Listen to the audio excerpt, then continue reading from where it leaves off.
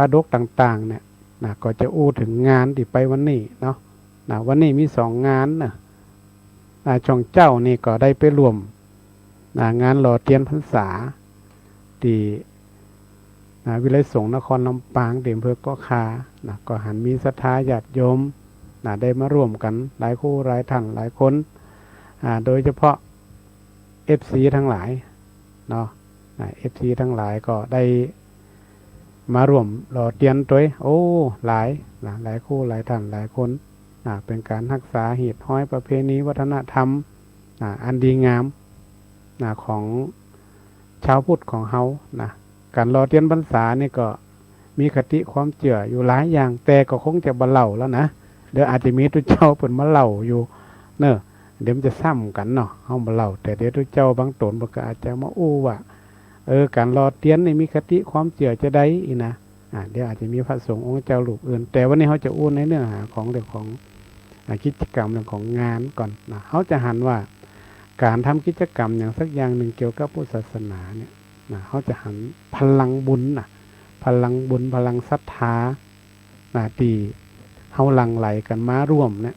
บางท่านบางคนก็อาจจะบ่ได้มาด้วยตัวเองได้โอนเป็นปัจจัยเงินทองร่วมทำบุญก็มีอันนี้มันก็เป็นสมัยใหม่เนาะ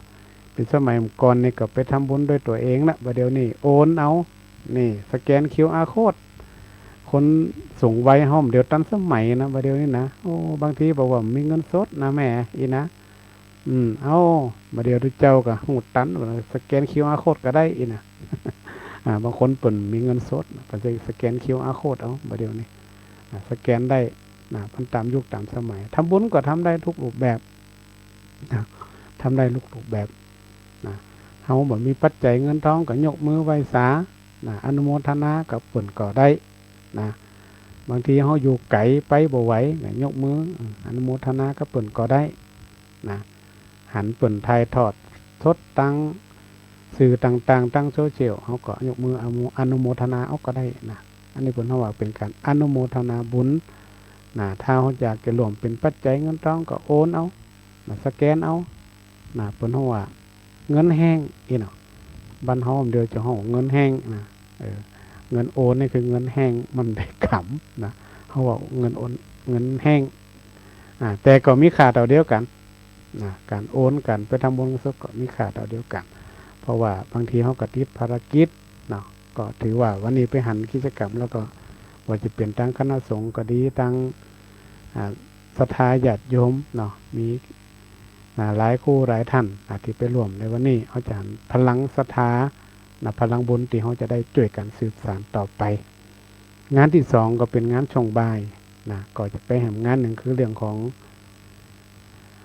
มหกรรมสีสันพัฒนาชุมชนพลังบวรศรัทธาญาติโยมก็ได้ยินแต่มันเป็นอย่างพลังบวรก็หมายความว่าการจะพัฒนาชุมชนพัฒนาบ่ว่าจะเป็นทั้งกายทั้งใจทั้งวันเนี่ยมันก็ต้องอาศัยบวรบวรก็หมายถึงบ้านวัดโรงเรียนหรือว่าหน่วยงานราชการหน่วยงานของรัฐต่างๆที่จะต้องบูรณาการงานเข้ามาร่วมอกร่วมใจเป็นน้ำหนึ่งอันเดียวกันจะได้มาทำเนี่ยคุณภาพชีวิตของคนเนี่ยดีขึ้นรวมถึงเรื่องของคุณธรรมจริยธรรมในชุมชนโดยวันนี้มีการเสวนา3ศาสนาเนี่ยสถาบางท่านอาจจะดูตั้งถ่ายทอดสดแต่บางท่านก็อาจจะไม่ได้ดูในตั้งถ่ายทอดสดก็จะมาเล่าสักเล็กน้อยเนาะในเนื้อหาสาระที่ศาสนาทั้ง3ศาสนาก็คือพุทธคริสต์อิสลามเนี่ยได้ขึ้นเวทีในวันนี้เนี่ยอาตมาเองก็จะได้นั่งอยู่ในฮันตัวยแล้วก็ได้ฟังแนวคิดแนวทางของถึง3ศาสนาเนี่ยว่าจะพัฒนาเรื่องของคุณธรรมคือกับคนในชุมชนได้จะได้ในสังคมได้จะได้เนี่ยเฮามาฟัง3ศาสนาเนี่ยหลักการในใกล้เคียงกันแต่ละศาสนานี่ก็จะต้องนำหลักธรรมของศาสนาของตกเก่าเนี่ยมาฮือศรัทธาเจ้าบ้านศาสนิกชนทั้งหลายเนี่ยได้เข้าใจ คืออาตมาเองก็มีความเชื่อว่านะว่าหลายท่านนี่เปิดนับถือศาสนาก็นับถือด้วยผลแต่บ่เข้าใจหลักธรรมหลักปฏิบัตินะว่าจะเป็นพุทธคริสต์อิสลามที่เป็นเนี่ยแนวเดียวกันนะแนวเดียวกันว่าบางท่านนี่อาจจะบ่เข้าใจนะคนนับถือนะพุทธศาสนาเนี่ยธรรมะพื้นฐานคือหยังนะเขาจะต้องปฏิบัติจะได้นะหลักธรรมพื้นฐานของศาสนาคริสต์อิสลามก็เหมือนกันนะคนที่นับถือเขาก็ต้องเข้าใจเป็นเบื้องต้นถ้าต่างคนต่างเข้าใจแนวทางการปฏิบัติเนี่ยมันก็จะไป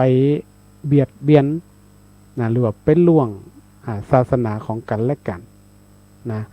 แล้วก็ต่างคนต่างก็มีวิธีการนะสอนสนิกชนของตัวเองนะคือเป็นคนมีคุณธรรมจะได้คือเป็นคนดีจะได้ในสังคมนะไปฟังแล้วก่อนน่าสนใจในศรัทธาญาติโยมทั้งหลายเนาะนะท่านที่เป็นศาสนิกชนที่นับถือศาสนาทั้ง3ศาสนาที่ไปกันเนี่ยรวมถึงศาสนาอื่นๆเนาะที่อยู่ในประเทศไทยเขาเนี่ยนะเขาก็ต้องเข้าใจก่อนนะเข้าใจหลักก่อนว่าหลักของศาสนานั่นน่ะคือหยังนะแล้วเขาจะนำไปปฏิบัติจะได้นะแล้วเขาจะเนี่ยจะได้ให้มันเกิดประโยชน์นะปฏิบัติแล้วก็ต้องนำไปใจตัวเองแล้วก็ไปถ่ายทอดตัวเองนะก็คือ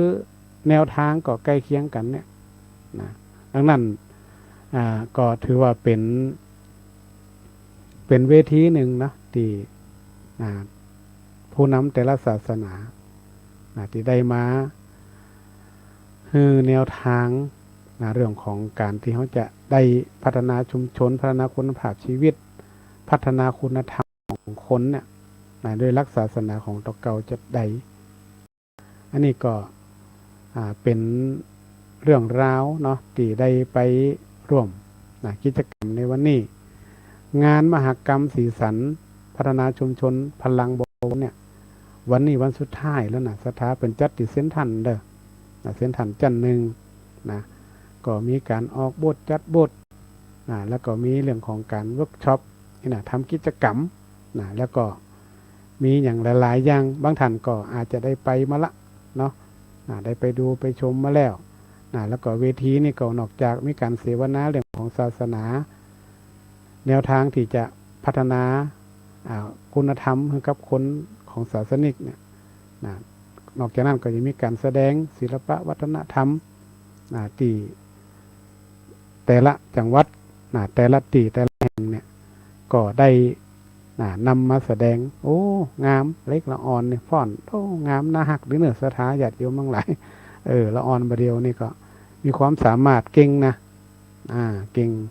การแสดงออกถึงการรักษาอนุรักษ์ศิลปะวัฒนธรรมตั้งเหนือเขาเนี่ยหลายจังหวัดมีเพียวจังไม่จังไห้มาหลายจังหวัดการแสดงโดยเฉพาะของลำปางเขาก็มีหลายชุดที่ได้แสดงหลายอย่างก็มีคนมาให้กำลังอกกำลังใจเล็กละอ่อนการแสดงตัวนะพ่อแม่ผู้ปกครองก็ต้องมาร่วมกิจกรรมในวันนี้อันนี้ก็ถือว่าเป็นงานมหกรรมที่เขาจะให้คนลำปางเขาเนี่ยเป็นคนที่มีคุณธรรมอย่างใดถ้าเขามีคุณธรรมต่างคนก็ต่างความดีมีคุณธรรมเหมือนเดียวกันก็จะเนี่ยคือคนบอกว่าจะเป็นลำปางหรือคนไทยเขาทุกคนนี่แหละอยู่อย่างสันติสุขฮักกันมันปีมันน้องเขาบ่มีการว่าเป็นเชื่อชาติศาสนาหรือว่าจะเป็นคนประเภทไหนสถานะไหนก็แล้วแต่เขาก็อยู่กันได้ร่วมกันอย่าง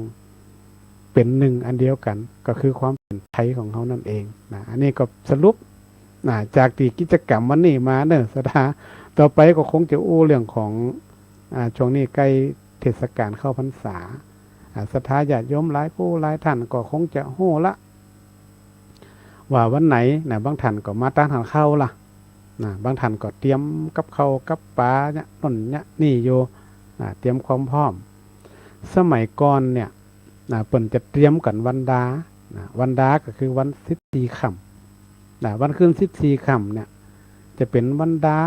คว้ากินคว้าต้านทำขนมจ๊อกผ่องทำขนมต้มผ่องทำของที่เขาจะเอามาวัดนี่นะที่เขาจะเอามาวัดเนี่ยแต่ว่าในปัจจุบันนี่มันคือรวบรัดบางท่านก็บ่ได้ทำบ่มีเวลา ซื้อเอาผ่องสั่งเอาผ่องนะก็เป็นธรรมดาแล้วแต่ความพร้อมของเขาแต่ว่าเขาก็เริ่มทยอยกันมาทำบุญก่อนตั้งขันเข้าก่อนน้อมรอวันดาแล้วก็วันเข้าพรรษาคือวันเข้าพรรษาเนี่ยก็คือวันอาสาฬหปูชาเนี่ยเขาเป็นวันเข้าพรรษาของเจ้าบ้าน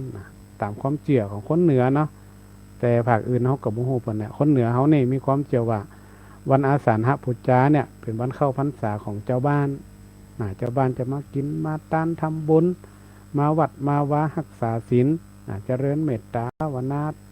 เวียนเทียนต่างๆรวมถึงการทำวัดสวดมนต์เย็นเนี่ยเจ้าเย็นเนี่ยก็ถือว่าเป็นวันเข้าพรรษาของเจ้าบ้านตามความเชื่อของคนเหนือคนด้านหน้าของเขาส่วนวันเข้าพรรษาแท้ๆเป็นวันของตุเจ้าเป็นเข้าพรรษาของตุเจ้าปีนี้วันที่29เป็นวันอาสาฬหปูชานี่นะ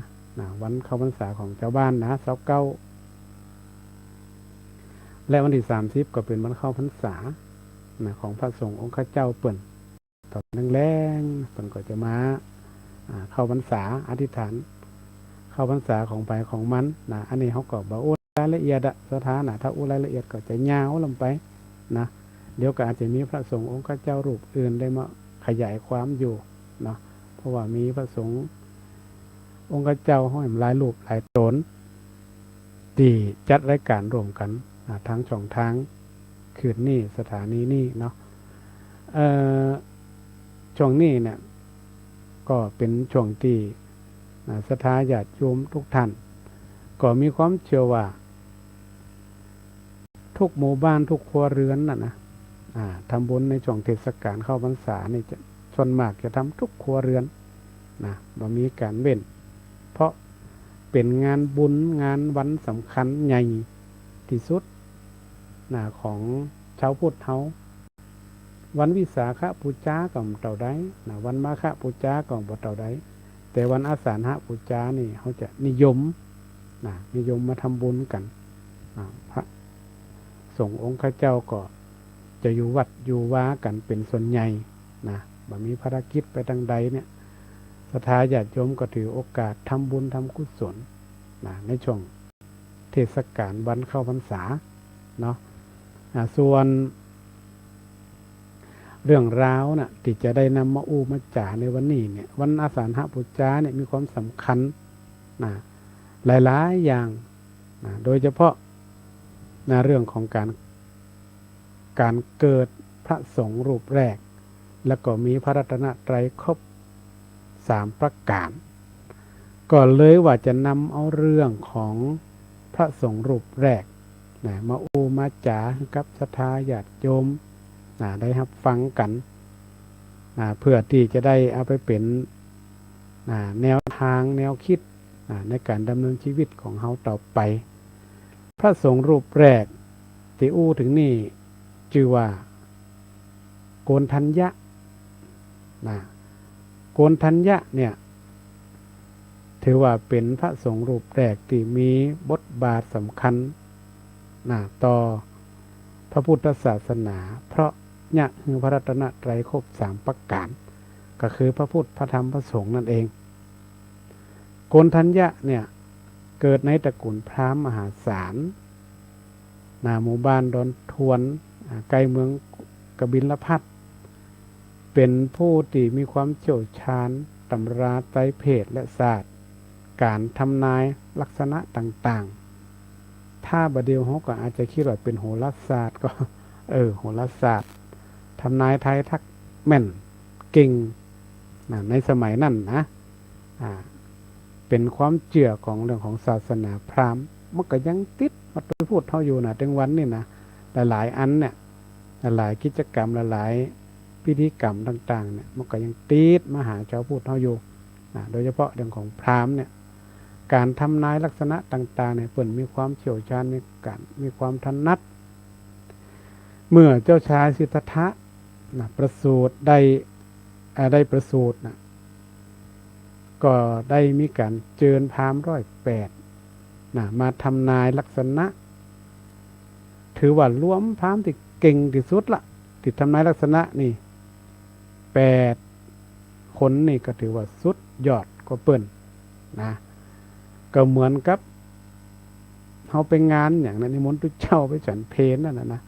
แต่ก็ต้องเอาพระมหาเถระผู้ใหญ่เนี่ย8 รูปนี่มีความเชี่ยวชาญทางด้านทำพิธีกรรมอย่างเงี้ยประมาณนี้นะแต่ของเปิ้นนี่ก็หมายความว่า8 ท่านนี่ถือว่าเป็นผู้ที่เก่งที่สุดละในอย่างนั้นแล้วก็รวมถึงโกณฑัญญะก็อยู่1 ใน 8แล้วก็เป็นพราหมณ์ที่มีอายุน้อยที่สุดตอนนั้นที่จะมาทำนายลักษณะนี่นะโอ้จะธรรมดาโกณฑัญญะนี่ถือว่าเป็นความเก่งมีความเชี่ยวชาญมีความสามารถมากในคณะที่พราหมณ์7 คนที่ว่า8 คนที่เก่งที่สุด7 คนเนี่ยทำนายไว้อยู่2 แนวทางแนวทางที่1เนี่ยถ้าครองเรือนเนี่ยจะได้เป็นพระเจ้าจักรพรรดิที่ยิ่งใหญ่ถ้าออกบวชก็จะได้เป็นพระพุทธเจ้าหรือได้บรรลุธรรมแต่ว่าโกณฑัญญะนี่เพียงคนเดียวนะศรัทธาญาติโยมทั้งหลายว่าทำนายว่าชูนิ้วเดียวแล้วว่ายืนยันว่าทางเดียวแน่นอนว่าเจ้าสิทธัตถะจะออกบวชแล้วก็บรรลุธรรมเป็นพระสัมมาสัมพุทธเจ้าแน่นอนโกณฑัญญะนี่ท้ายเป็นขนาดนั้นศรัทธาญาติโยมทั้งหลายโอ้ถ้าเป็นเดียวนะจะตั้งเป็นเจ้าสำนักนี่ก็คนนี่เล็กเล่นมหานี่เนาะมัดรังไหลกันมานี่แต่สุดท้ายก็คำทำนายของโกณฑัญญะก็ได้ถูกต้องตามที่เพิ่นทำนายไว้เจ้าชายสิทธัตถะก็ได้ไปออกบวชแต่ว่าเจ้าชายสิทธัตถะเนี่ยในเมื่อพราหมณ์ถึง8ที่มีความเชี่ยวชาญทำนายไว้2 ลักษณะอย่างเนี่ยนะแล้วก็พราหมณ์โกณฑัญญะทำนายว่าจะออกบวชโอ้เนาะก็หาสเปดมาเป็นตัวหล่อเพื่อที่บ่ให้ออกบวชให้เกิดความสุขสบายในวังหานั่นหานี่มาให้เพื่อให้เจ้าชายสิทธัตถะเนี่ยบ่ได้ออกบวชแต่สุดท้ายเจ้าชายสิทธัตถะก็ได้ออกบวชแล้วก็สุดท้ายก็ได้บรรลุธรรมเป็นพระสัมมาสัมพุทธเจ้าในที่สุดเจ้าชายสิทธัตถะออกบวชเนี่ยโกณฑัญญะนี่นะก็ยังกึดตัวอยู่นะว่าโอ้ทัดตัวนี่มันแน่นะอาจจะได้บรรลุธรรมตัวเพราะผลทำนายไว้อย่างเดียวก็เลยจวนพราหมณ์แห่ง4 คนก็น่าจะเป็นสหายกันเนาะเป็นเพื่อนกันแห่ง4 คนเพื่อติดตามออกบวชรวมกันเปิ่นฮอดปัญจวัคคีย์ทั้ง5คอยดูแลอุปถากตลอดในช่วงที่เจ้าชายสิทธัตถะเนี่ยบำเพ็ญทุกขกิริยาก็คือการทรมานร่างกายตัวเก่าจนตัวสุดตัวผอมแต่ว่าพอเจ้าชายสิทธัตถะว่าได้ยินปิ้น3 สายบอกว่าอันนี้มันใจกล้ามันเข่งลงไปเจ้าชายสิทธัตถะก็เลยมาปฏิบัติตามแนวสร้างสายกลางอธิษฐานเพศบวชเรียบร้อยแล้วก็ได้บอกว่าตางที่มันนั่นมันเข่งลงไปมันใจที่ย่อนลงไปก็บ่ใจเทวดาก็ดิบพินให้ฟังเจ้าชายสิทธัตถะเนี่ยที่เป็นอธิษฐานบวชเพิ่นก็บอกว่าอันกับปฏิบัติสายกลางการบำเพ็ญเพียรทางจิตโอ้ ปัญจวัคคีย์ทั้งห้าเนี่ยหันอย่างอันก็เลยว่าเอ๊ะนะมันก็บอกมันแต่กล้าเนี่ยนะละความเพียรพยายามเหียก็เลยหนีไปเหียตอนนั้นน่ะแต่เจ้าชายสิทธัตถะเนี่ยในเมื่อตั้งใจบำเพ็ญสายกลางก็ตั้งใจประพฤติปฏิบัติที่เป็นอธิษฐานเพศเป็นบรรพชิตไปเรียบร้อยแล้วในคณะที่ออกบวชก็ได้บรรลุธรรมการบรรลุธรรมของพระพุทธเจ้าเนี่ยก็กึดอยู่ว่าบรรลุธรรมแล้วนี่จะไปสอนไผดีเนาะมันมิติสอนอะกึดแล้วกึดแฮมกึดแฮมกึดแล้วไผก็กลัวคนนึกถึงครูบาอาจารย์หรือว่าบุคคลที่เคยให้ความรู้อบรมสั่งสอนมาก็ลังเปิ่นจะไปแล้วก็ไม่นึกถึงปัญจวัคคีย์ทั้งห้าเนี่ยว่าแต่เปิ่นเคยอุปถากดูแลนะลังเปิ่นหนีไปอยู่ในป่านะก็เลยเสด็จไปโปรดปัญจวัคคีย์ทั้งห้ารวมถึงโกณฑัญญะที่ป่าอิสิปตนมฤคทายวันก็เลยแสดงธรรมเรื่องแรกคือว่าธรรมจักรปวัตตนสูตรพอแสดงธรรมเสร็จเรียบร้อยเนี่ยโกณฑัญญะได้ดวงตาเห็นธรรมก็คือเข้าใจธรรมที่พระพุทธเจ้าแสดงเพียงแต่เข้าใจว่าสิ่งใดสิ่งหนึ่งมีความเกิดขึ้นเป็นธรรมดาสิ่งนั่นทั้งหมดมีความดับไปเป็นธรรมดาเข้าใจแต่นิสตาญาติโยมได้บรรลุธรรมพระพุทธเจ้าก็เปล่งเป็นภาษาบาลีว่าอัญญาสิวัตโพโกณฑัญโยโกณฑัญญะฮู้แล้วหนอฮู้แล้วหนอคือเข้าใจธรรมะที่พระพุทธเจ้าเนี่ยได้แสดงให้ฟังจากนั้นก็ได้มีเป็นตีมาของว่าอัญญาอัญญาโกณฑัญญะและได้ขอบวชเป็นภิกษุรูปแรกในพระพุทธศาสนาพระพุทธเจ้าก็ได้แสดงก็ได้ประทานการบวชด้วยวิธีเอหิภิกขุปสัมปทาแล้วก็ต่อมาก็ได้ฟังธรรมอนัตตลักษณสูตรแถมแล้วท่านก็ได้สำเร็จเป็นพระอรหันต์บัจเจทั้งฟังธรรมเรื่องธรรมจักรปวัตตนสูตรนี่เข้าใจธรรมบ่ได้แต่บรรลุเพราะธรรมชื่อว่าอนัตตลักษณสูตรใจความสำคัญมีความสำคัญต่อพระพุทธศาสนาจะได้ผ่องพระอัญญาโกณฑัญญะเนี่ยหนึ่งทำให้เกิดพระสงฆ์รูปแรกในพระพุทธศาสนาและเกิดขึ้นในโลกแล้วก็ทำให้พระรัตนตรัยครบ3ประการก็คือพระพุทธพระธรรมพระสงฆ์ที่สำคัญก็คือพระพุทธเจ้าเนี่ยยกย่องพระอัญญาโกณฑัญญะว่าเป็นเลิศกว่าภิกษุทั้งหลายด้านรัตตัญญูก็คือว่าคนที่มีประสบการณ์โหราตรีเมินก็คือว่าเป็นคนบวชมาก่อนมีประสบการณ์การเป็นพระมีความเชี่ยวชาญได้ประพฤติปฏิบัติได้เห็นหู้มาก่อนคนอื่นๆตนอื่นๆเนี่ยก็ยังให้เกิดความเชี่ยวชาญแล้วก็ยังได้ไปช่วยเผยแผ่ช่วยสอนช่วยแนะนำคนอื่นแถมก็เป็นการเริ่มต้นเมื่อมีพระสงฆ์ขึ้นมาแล้วเนี่ยก็เป็นการเริ่มต้นที่ได้ช่วยพระพุทธเจ้าเนี่ยได้เผยแผ่ศาสนาประกาศพระศาสนาตามสถานที่ต่างๆก่อนที่พระอัญญาโกณฑัญญะเนี่ยไปปีกวิเวกจำพรรษาที่ป่าหิมพานต์ในเบื้องปลายของชีวิตเพราะว่าเพิ่นก็อายุนักพอสมควรในการบวชก็ถือว่าอายุนักพอสมควรเพราะนั้นบรรปลายชีวิตก็ขอไปอยู่ที่สงบก็มีพระสงฆ์หลายรูปก็คิดเหมือนกันนะศรัทธาญาติโยมทั้งหลายว่าอยากไปอยู่ที่สงบเหมือนกันนะเพราะว่าอายุนักแล้ว ยากการอย่างอื่นก็ลำบากละก็อยากจะหาที่สงบไปพักผ่อนหย่อนใจไปปฏิบัติธรรมไปพักจิตพักกายของตัวเก่าเนี่ยให้เกิดความสงบอันนี้พระอัญญาโกณฑัญญะก็เหมือนเดียวกันที่เนี่ยทำหน้าที่เผยแผ่พระพุทธศาสนาพอสมควรแล้วเนี่ยก็คิดว่าด้วยวัยที่อายุนักขึ้นเพิ่นก็ขอปีกตัวไป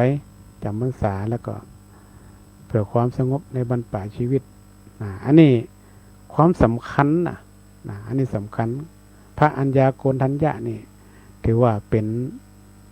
พระสงฆ์รูปแรกมีความสำคัญต่อพระพุทธศาสนาเป็นอย่างยิ่งแล้วก็เขาก็มาดูเรื่องของหลักธรรมหลักธรรมที่น่าจะเอามาเป็นแบบอย่างได้เนี่ยคืออย่างก็คือความศรัทธาความศรัทธาความเลื่อมใสเนี่ยในพระพุทธศาสนาถึงแม้ว่าบ่ได้บวชแต่ก็ขอต้วยเจ้าชายสิทธัตถะไปที่เป็นอธิษฐานเพศเป็นบรรพชิตต้วยไปเผื่อไปศึกษาไปปฏิบัติต้วยไปดูแลอุปถากต้วยแล้วก็น่าจะติดตามไปแล้วก็ได้ศึกษาเรียนรู้ต่างๆในสถาเพราะว่าการเรียนรู้สมัยก่อนสมัยพุทธเจ้ากับปัจจุบันเนี่ยมันจะเหมือนกันมันจะมีเทคโนโลยีบ่จะมี AI บ่จะมีโทรศัพท์มือถืออย่างเฮาเนาะก็ต้องไปปฏิบัติอุปถากใกล้ชิดครูบาอาจารย์เนาะถึงจะได้ความรู้ขึ้นมาแนวทางการปฏิบัติแนวทางการเผยแผ่ต่างๆเนี่ยก็ต้องเป็นจะอันทางอันเนี่ยมันก็บ่ได้มันได้เพราะมันมีโทรศัพท์มันมีที่ค้นหาที่ไหนวิธีการปฏิบัติก็สามารถจะไปค้นในหนังสือหนังหาโซเชียลได้บัดเดียวนี่เขาใครฮู้แนวปฏิบัติทางใดนี่ใครปฏิบัติสายไหนนี่เขาสามารถค้นพอแนวทางปฏิบัติมีหมดแต่สมัยนั้นนี่ก็คงจะต้องไปอยู่โดยครูบาอาจารย์เปิ่นก็เลยมีความศรัทธาเลื่อมใสในตัวของเจ้าชายสิทธัตถะที่เปิ่นอธิษฐานบวชก็เลยโดยไปโดยไปศึกษาโดยไปดูแลอุปถากต่างๆตามที่ได้มาหลักธรรมอันที่สองก็คือการอ่อนน้อมถ่อมตนและตั้งใจจริงก็อย่างที่เขากันนี่ว่าอย่างที่เขาว่านี่ว่าพระอัญญาโกณฑัญญะนี่เปิ่นมีอายุนักแล้วแต่เปิ่นก็มีความอ่อนน้อมถ่อมตนต่อครูบาอาจารย์ซึ่งก็ยอมรับในธรรมะคำสอนของพระสัมมาสัมพุทธเจ้าที่ได้ฟังแล้วจนเข้าใจจนบรรลุธรรมแล้วก็นั่งแสดงความเคารพต่อพระธรรมคำสอนที่พระสัมมาสัมพุทธเจ้าเนี่ยได้สอนตัวได้แนะนำตัวแล้วก็นำมาปฏิบัติจนได้บรรลุธรรมและบรรลุอรหันต์ในที่สุดประการที่สามเป็นท่องว่าการเดินสายกลางพระอัญญาโกณฑัญญะเนี่ยที่แรกก็ได้ปฏิบัติสุดโต่งเหมือนกับพระพุทธเจ้าตอนปฏิบัติครั้งแรกก็คือบำเพ็ญทุกกิริยาก็คงจะปฏิบัติโดยปฏิบัติมาแล้วก็เปิ่นหันมาปฏิบัติแนวทางบำเพ็ญทางจิตก็เหมือนกับพระพุทธเจ้าก็สุดท้ายก็ได้บรรลุธรรมตามที่ได้มาตะกี้ก็ถือว่ามีการเดินตามตั้งสายกลางและข้อที่สี่ข้อหลักธรรมที่สำคัญก็คือการปีกวิเวกปีกวิเวกก็คือไปหาที่สงบบ่ยุ่งบ่เกี่ยวหยังซักอย่างก็ไปปฏิบัติที่ในป่าเพื่อที่จะบ่ยึดมันถือมันบ่เอาสนใจหลักสักการะอย่างต่างๆชื่อเสียงอย่างก็คงเมาละตอนนั้นอีกอย่างหนึ่งเพิ่นก็มีอายุนักขึ้นตัวเพิ่นก็คงจะปอแล้วอย่างเงี้ยเพราะเนี่ยประมาณว่าปอละ ดังนั้นเนี่ยเรื่องของธรรมะที่พระอัญญาโกณทัญญะมีอยู่ก็อยู่ประมาณ4ข้อที่จะเป็นแนวทางให้เราไปพฤติปฏิบัติคำว่าตั้งสายกลางและธรรมที่พระพุทธเจ้าในแสดงแก่พระอัญญาโกณทัญญะจนได้บรรลุธรรมจนเข้าใจเนื้อหาธรรมและบรรลุอรหันต์ในที่สุดเนี่ยแต่ธรรมะที่เป็นปฐมเทศนาจริงๆเนี่ยเปิดห้องว่าชื่อว่าธรรมจักรกับปวัตนสูตรในเนื้อหาสาระนี่คงจะเล่าย่อๆเนาะศรัทธาญาติโยมทั้งหลายคือการแสดงธรรมกันแรกที่พระพุทธเจ้าแสดงแก่ปัญจวัคคีย์ทั้ง5ก็คือพระอัญญาโกณทัญญะหนึ่งในหันก็ถือว่าเป็นการสอนที่มันยากนะอย่างที่เป็นครั้งแรกนี่มันยากเพราะว่าความเข้าใจของคนนี่ขนาดเฮานี่ฟังแล้วฟังแหมฟังแล้วฟังแหมนี่มันยากพระพุทธเจ้าก็ถ้าเป็นภาษาบ้านเราก็คือกระจัดนักใจเหมือนกันมั่วจะไปสอนไผ่นี่นะนักใจเพราะว่ามันกลัวคนเนี่ยฟังบ่เข้าใจนั่นแหละมันเป็นครั้งแรกมันใหม่อยู่นะแต่สุดท้ายมาพอไปสอนไปเทศปุ๊บเนี่ยพระอัญญาโกณทัญญะก็ได้เข้าใจเนี่ยเป็นธรรมะที่เขาถือว่าเป็นแม่บทของหลักธรรมทางพุทธศาสนาของเขาที่เอาไปเผยเอาไปขยายต่อจนมีธรรมะเยอะแยะมากมายใจความสำคัญของธรรมจักรกับปวัตนสูตรมันมีอยู่ประมาณ2-3 ส่วนที่หนึ่งเนี่ยการปฏิเสธตั้งสุดโต่ง2 สายก็คือกามสุขันลิกานุโยคก็คือการย่อนยานเกินไปมกมุ่นแต่ความสุขทางกามารมณ์เพลิดเพลินอันที่2อัตตกิลมะฐานุโยคตึงเขียดเกินไปทรมานตัวเก่าให้ลำบากก็คือการบำเพ็ญทุกขกิริยาคือ2ประการเนี่ยผลว่าสุดโต่งย่อนยานล่ำไปกับบ่ได้เนี่ยสถานะแข็งไปกับบ่ดีตึงล่ำไปกับบ่ดีมันจะพุทธความจริงเนี่ยพระพุทธเจ้าเนี่ยนะว่าจะกลัวจะเข้าใจตรงนี้ก็ต้องมีเทวดามาดีดพิน3 สายให้ฟังถึงจะเข้าใจว่าอันไหนคือย่อนอันไหนคือยานอันไหนคือปานกลางก็คือเรื่องของมัชฌิมปฏิปทาในที่เราได้ยินกันนะมัชฌิมปฏิปทากลางบ่ย่อนไปบ่เข่งไปการที่พระองค์ได้ละทิ้งความสุดโต่งทั้งสองก็เลยมาหันมาปฏิบัติทางสายกลางก็คือการบำเพ็ญทางจิตนั่นเองทางสายกลางเนี่ยเป็นข้อปฏิบัติที่เนี่ยให้เกิดปัญญาหูแจ้งนำไปสู่ความสงบซึ่งก็คือมรรคมีองค์8ก็คงจะบ่ได้อธิบายทั้งหมดเลยโยมเด้อมีอยู่8ข้อ1สัมมาทิฏฐิการหันชอบคือเข้าใจความเป็นจริงสัมมาทิฏฐินี่คือเห็นชอบเห็นจริงอันนั้นถูกต้องบ่หันผิดเป็นถูกบ่หันถูกเป็นผิดอันนี้เพิ่นว่าเข้าใจความเป็นจริงประการที่2คือสัมมาสังกัปปะดำริชอบก็คือการคิดคิดในสิ่งที่มันเกิดประโยชน์คิดในสิ่งที่ยะแล้วคือมันเป็นความรู้ความเข้าใจเฮาพอเรื่องของพระเจ้าอยู่หัวรัชกาลที่9ที่พระองค์มีพระราชดำริหลายเรื่องของปรัชญาเศรษฐกิจพอเพียงก็ดีอย่างดีเนี่ยอันนี้เป็นเพราะว่า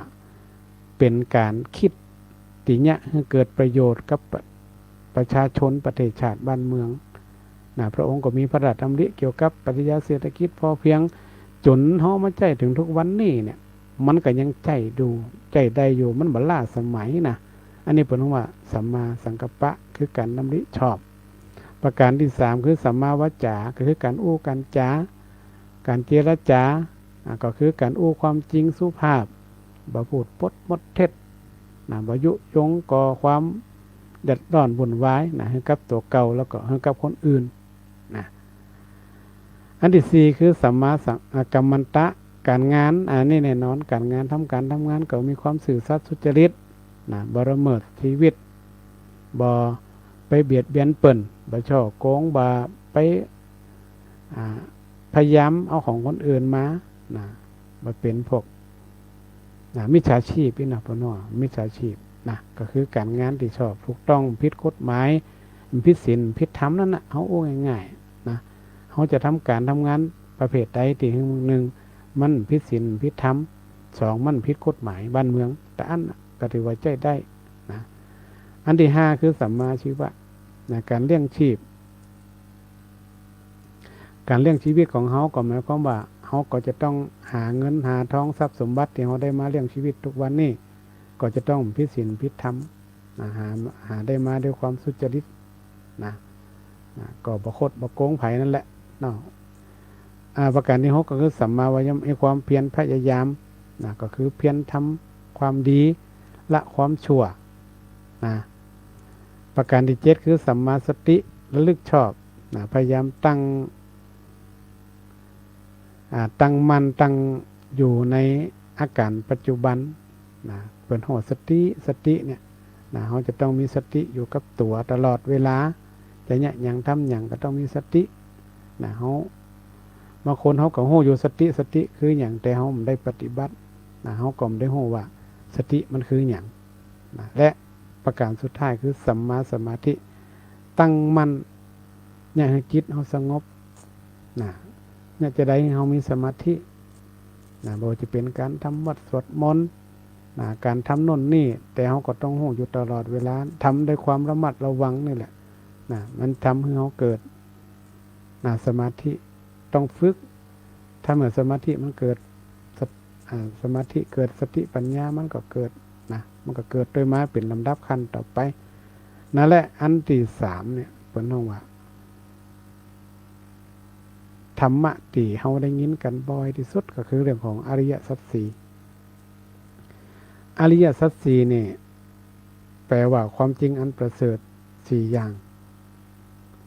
ก็ถือว่าเป็นหัวใจสำคัญ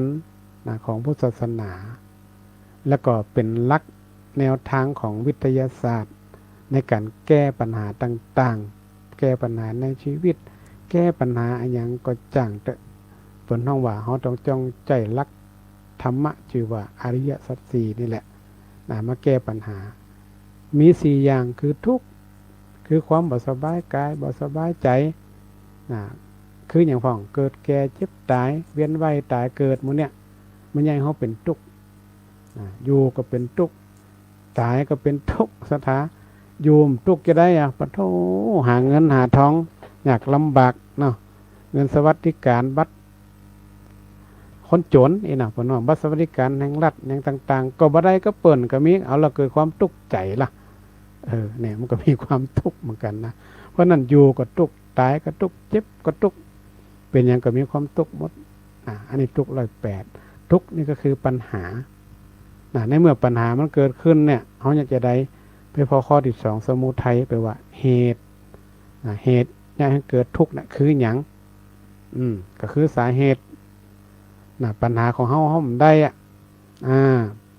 เฮามีความอยากก็มีความทะเยอทะยานใครได้นั่นใครได้นี่ก็เนี่ยให้เป็นเหตุที่เนี่ยให้เกิดทุกข์เกิดปัญหาขึ้นมาหรือว่ามีแล้วก็ฮู้จักปอก็อย่างเงี้ยนะมันยังเขาทุกข์ได้นะทุกอกทุกใจทุกกายด้วยนะและประการที่สามก็คือนิโรธ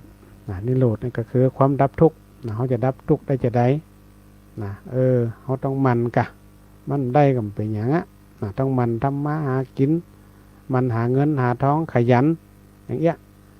มันก็จะคลายความทุกข์ไปได้คลายปัญหาไปได้วันนี้เขาก็ต้องพยายามให้มันได้หนักที่สุดให้มันได้หนักที่สุด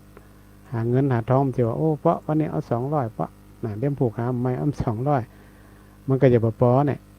เพราะนั้นเ เขาก็ต้องหาทางที่มันจะดับทุกข์แต่ในที่นี้เนี่ยมันเป็นธรรมะสูงแต่เขาก็บอกโอ้สูงอ่ะโอ้แบบ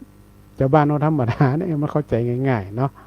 และอันสุดท้ายก็คือเรื่องมรรคก็คือข้อปฏิบัตินะให้ถึงความดับทุกข์ก็คือมรรคแปดที่ได้กล่าวมาเบื้องต้นตะกี้นั่นเองนะถ้าผมอยากให้มันมีทุกข์นะเมื่อมีปัญหามันเกิดขึ้นกับเขาเนี่ยเขาก็ปฏิบัติถึงมรรคแปดข้อตะกี้น่ะนะเขา8 ข้อก็จัดนักเหมือนกันเนอะศรัทธาญาติโยมข้อใดข้อหนึ่งก็จัดยากเหมือนกันนะ8 ข้ออันนี้คือเป็นแนวทางในการที่พระพุทธเจ้าเนี่ยนะเป็นแนวทางที่จะให้เฮาเนี่ยนะได้เข้าใจการปฏิบัตินะว่าคนเฮาเกิดมาอย่าเพิ่งมันหนักไปเพิ่งมันน้อยไปอันไหนที่มันหนักไปก็บ่ดีน้อยไปก็บ่ดีนะเหมือนกับเฮากินข้าวนี่ศรัทธามาเฮากินข้าวยกตัวอย่างง่ายๆถ้าบ่กินนะหิวมันก็หิวถ้าเฮากินหนักลงไปแล้วกัดถ้ากินน้อยแล้วมันบ่อิ่มนะก็เอากลางๆก็หมายความว่าเอาพอดีหมกพออิ่มต้องนะคนโบราณเปิ่นว่าก็กินข้าวไว้ตาน้ำกินข้าวต้องไว้ตาน้ำด้วยนะก็ความหมายว่า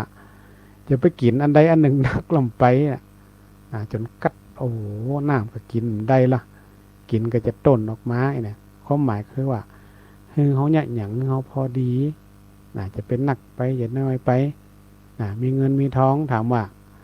มีเงินนักตุกกอมีเงินน้อยตุกกอมันก็คนละอย่างนะ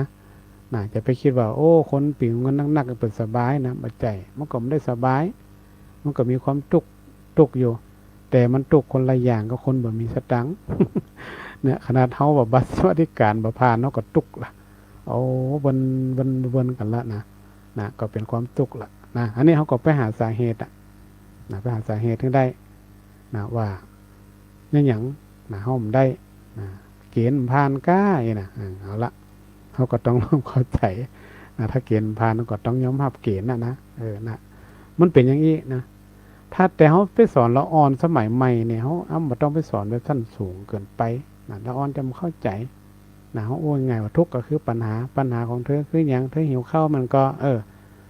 หิวข้าวแล้วสาเหตุเกิดจากอย่างเธอไม่ได้กินข้าวมามันก็อันเคยก็กินข้าวเหียต่อไปเขาจะรับแก้ปัญหาเนี่ยจะได้ดีต่อไปต้องกินข้าวสม่ำเสมอนะทุกคาบนะทุกคาบทุกมื้อนี่คือการแก้แล้วก็แนวทางการต่อไปเนี่ยก็คือเรื่องการปฏิบัติให้มันสม่ำเสมอทุกก็คือว่ามันได้กินข้าวเจ็บต้องแก้ก็คือว่าเขาไม่ได้กินข้าวมาโลวิธีแก้ก็คือไปกินข้าวเหียต่อไปมักก็คือแนวทางแก้ปัญหาก็คือว่าต้องกินสม่ำเสมอนะทุกคาบอันนี้ถ้าเขาอู้กับละอ่อนเนี่ยเขาต้องอู้แบบง่ายๆแต่จะไปอู้แบบสูงกันไปในละอ่อนจะไม่เข้าใจแต่อาตมาเองเนี่ยมีความเชื่อว่าครูบาอาจารย์สมัยใหม่เนี่ยเก่งนะแม้แต่เป็นครูฆราวาสก็เหมือนกันเป็นสอนเก่งอริยสัจสี่นี่เป็นสอนเก่งอันอย่างคือทุกข์อันอย่างคือสาเหตุแห่งทุกข์และความดับทุกข์อย่างเนี้ยจะได้แล้วก็ข้อปฏิบัติเนี่ยเปิดจะเทียบเพื่อได้หมดเปิดจะเทียบละอ่อนก็จะเข้าใจไงอริยสัจสี่คือจะอีแต่เขาก็ต้องเอาถึงขั้นที่ว่าต้องปฏิบัติให้ไปสู่นิพพานอย่างขนาดปุ่นอันนั้นละอ่อนเนี่ยมันไก่กันไปมันไก่ลงไปนั่นเขาก็จะเอาแบบตีมันได้เจอได้หันได้ปฏิบัติจริงๆที่มันเกิดขึ้นเนี่ยเขาต้องใจตัวเนี้ยลองมาปั๊บสมมติว่าเงินแบบพอใจมันเป็นปัญหามันเป็นทุกข์ของเขาละเงินแบบพอใจนะอยากจะได้ดีเอาไปหาสาเหตุก่อนใจไปเลยก็สลุยสลายไปเกยก็หรือว่าใครซื้อยังก็ซื้อไปเลยแก้ปัญหาจะได้เนาะมันถ้าจะไปอุดหูบ่อันที่มันจำเป็นเขาไปอุดหูไว้บ่และอันสุดท้ายเหรอต้องเนี่ยสม่ำเสมอนะต้องหามาแหมน้อยนึงมันถึงจะพอจากเดือนนี้ได้ 5,000เด้อแต่จ่ายไป4,500โอ้เหลือ500มันบ่ไปหามามันน้อยบ่เนี่ยเพิ่นฮ้องว่าถ้ามันวิทย์น่ะถ้ามันวิทย์น่ะมันก็จะเกิดความตุกข์ดีครอบครัวจะทะเลาะเบาะแว้งกัน มันต้องหาวิธีแก้นะ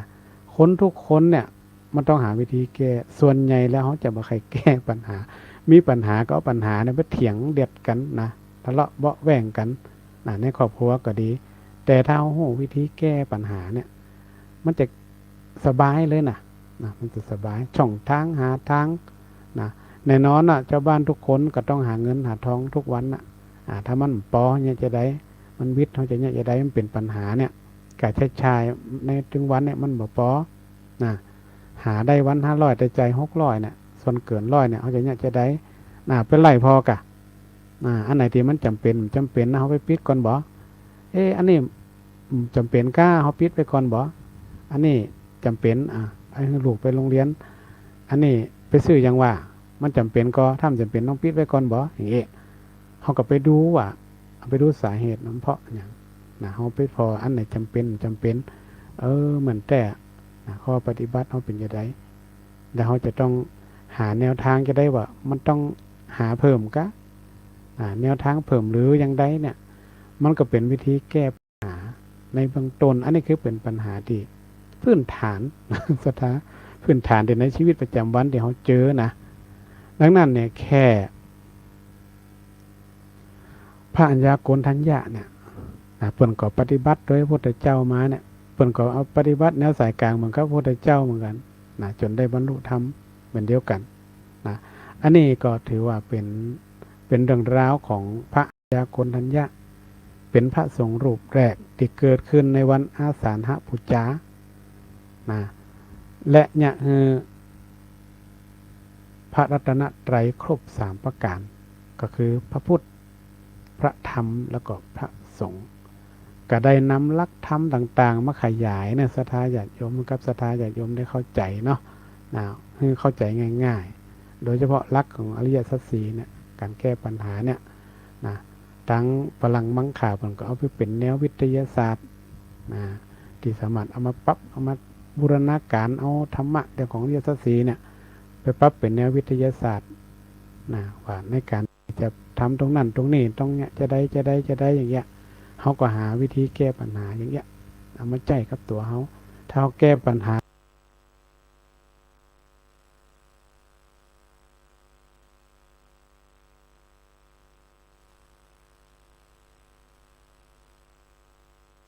ได้เนี่ยมันก็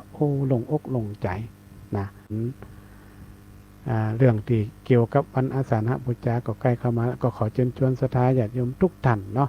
ได้ไปวัดไปวากันในช่วงเทศกาลเข้าพรรษาใกล้วัดไหนก็ไปหานะเนาะแล้วก็สุดท้ายนี่ก็ขออนุโมทนากับศรัทธาญาติโยมทุกท่านที่ได้ช่วยกันนั้นรักษาและก็วัดวาอารามของเฮาให้เกิดความเจริญรุ่งเรืองขออานิสงส์ผลบุญที่ท่านได้กระทำนี้จงสะท้อนย้อนร้อยถอยหลังให้กับทุกท่านอยู่ดีมีสุขเป็นผู้มีศีลมีธรรมเจริญโดยอายุวันนะสุขะประปฏิภาณธนสารสมบัติยิ่งขึ้นไปทุกท่านทุกคนด้วยเทอญ